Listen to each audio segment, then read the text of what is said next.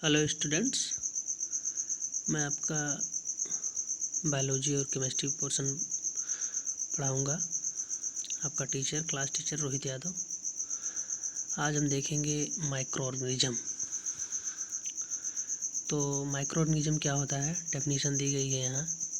Some living organism around us which we normally can not see, these are called micro organism or microbes.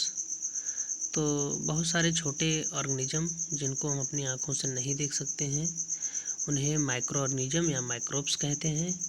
Example है bacteria, fungi, Euglena और भी हैं, etc, virus भी है।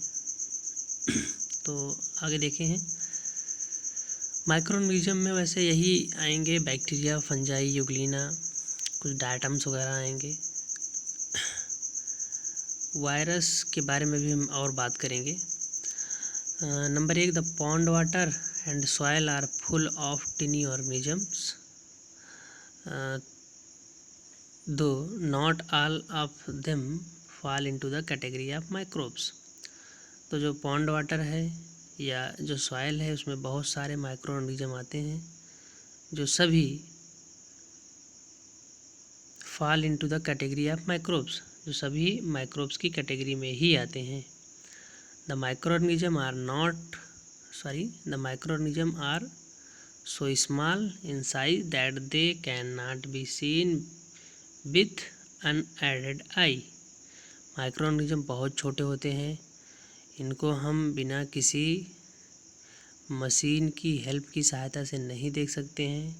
तो basically इनको microscope के द्वारा देखते हैं। अगला है microorganism are seen with the help of microscope. Micro organism को माइक्रोस्कोप की हेल्प से देखते हैं, सूक्ष्मदर्शी की मदद से देखते हैं। That is why these are called micro organism or microbes.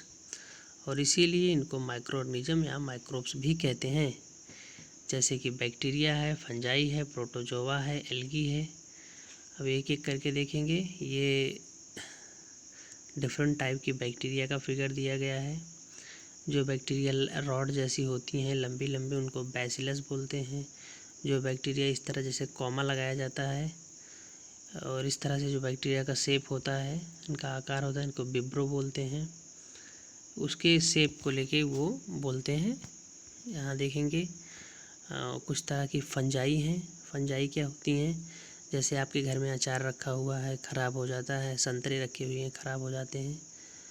तो ये सब इन्हीं की देन है, फंजाई की। ब्रेड्स पे जो फफूंदी लग जाती हैं, चाहे फफूंदी कहिए, गांव में कुछ लोग इसे दहिया भी बोलते हैं, कुछ लोग भुकड़ी बोलते हैं। तो आप जिससे भी समझ जाएं, ये फंजाई हैं।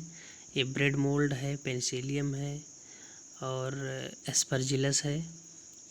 अलग अलग तरह की फंजाई हैं। और कुछ फंजाई एडिबल भी होती हैं, जैसे मशरूम, उनको खाया भी जाता है, वो भी फंजाई ही है। ये कुछ प्रोटोजोआ हैं, अमीबा, पैरामीशियम, ये प्रोटोजोआ में आते हैं।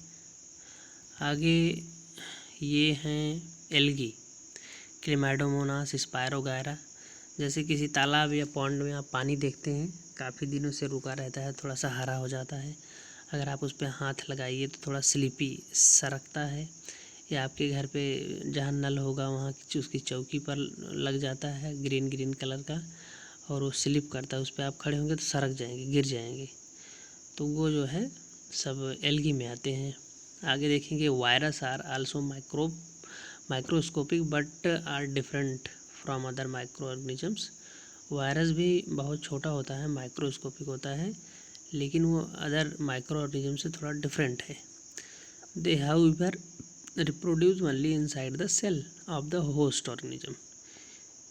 ये जब तक किसी दूसरे ऑर्गेनिज्म की बॉडी के अंदर नहीं जाएगा तब तक ये कुछ नहीं कर सकता।